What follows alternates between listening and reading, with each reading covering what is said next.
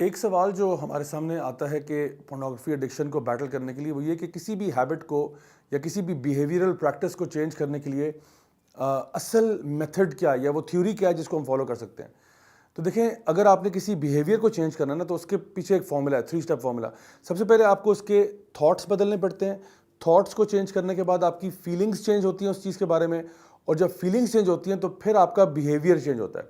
اس کی ایک مثال دے کے میں بات سمجھاتا ہوں. اگر ایک انسان لیٹ سپوز کہ ہیروئن ایڈکٹ ہے، آپ کو اس کو ریہیب سینٹر بھیج دیتے ہیں اور وہاں پہ اس کی ہیروئن کی سپلائی بند کروا دیتے ہیں.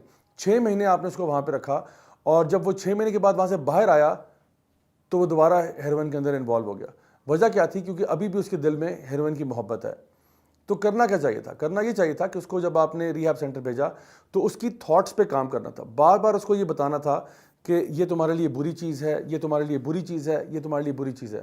اور اس کے نیگیٹو سائیڈ ایفیکٹس بتانے تھے کہ جو لوگ ہیروئن لے رہے ہیں ان کا رزلٹ کیا ہو رہا ہے. اس کو وہ پکچرز دکھائی جائیں، اس کو وہ ویڈیوز دکھائی جائیں، اس کو ان لوگوں سے ملوایا جائے جو کہ ہیروئن ایڈکشن کے اندر انوالو تھے اور ان کے حالات کس طرح سے خراب ہوئے، ان کی فیملیز کس طرح تباہ ہوئیں، ان کا کریئر کس طرح برباد ہوا.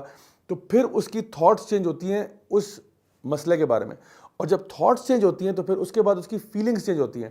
Instead of loving heroin he begins to hate it, he begins to detest it. اس کو نفرت ہو جاتی ہے اس چیز سے، کیونکہ اس کو سمجھ آ گئی ہے کہ یہ کتنی بری چیز ہے میرے لیے اور پورے معاشرے کے لیے. اور جب اس کو نفرت اس کے دل میں پیدا ہو جاتی ہے تو اس کا بیہیویئر آٹومیٹکلی چینج ہو جاتا ہے. آٹومیٹکلی وہ ہیروئن لینے کے بجائے اس سے دور رہنا شروع ہو جاتا ہے. تو پورن ایڈکشن کا بھی حال اس سے مختلف نہیں ہے. آپ کو سب سے پہلے اپنے دل میں یہ بات بٹھانی ہوگی by looking at their tons of material. جیسے میں نے آپ کو بتایا کہ آن لائن بہت ساری ریسورسز اویلیبل ہیں جہاں سے آپ دیکھ سکتے ہیں کہ نیگیٹو سائیڈ ایفیکٹس کیا ہیں، جو ڈوپامین کے اعتبار سے، ایکسیس ڈوپامین کے اعتبار سے، سائیکولوجیکل ڈیمیج کے اعتبار سے، ایموشنل ڈیمیج کے اعتبار سے، اسپریچول ڈیمیج کے اعتبار سے جو انسان کو ڈیمیج ہوتی ہے پورنوگرافی ایڈکشن کی وجہ سے. لوگ اس کو بہت لائٹ ٹریٹ کرتے ہیں، لگتا ہے کچھ بھی نہیں ہے، کچھ بھی ایسا نہیں ہے، کچھ نہیں ہوگا. بلیو می، فیملیز تباہ ہو جاتی ہیں. یعنی آپ کا اپنی اسپاؤس کے ساتھ، اپنے بچوں کے ساتھ، اپنے پیرنٹس کے ساتھ ریلیشن شپ سفر کرتا ہے، اور آپ معاشرے سے بھی کٹ آف ہو جاتے ہیں، کیونکہ سوشل آئسولیشن بھی ہو جاتی ہے، اٹینشن ڈیفیشنسی بھی ہو جاتی ہے، اور ایون سائیکوٹک بیہیویئر بھی انسان کی پرسنالٹی میں آنا شروع ہوتا ہے. اگریشن کی ٹینڈنسیز بڑھ جاتی ہیں.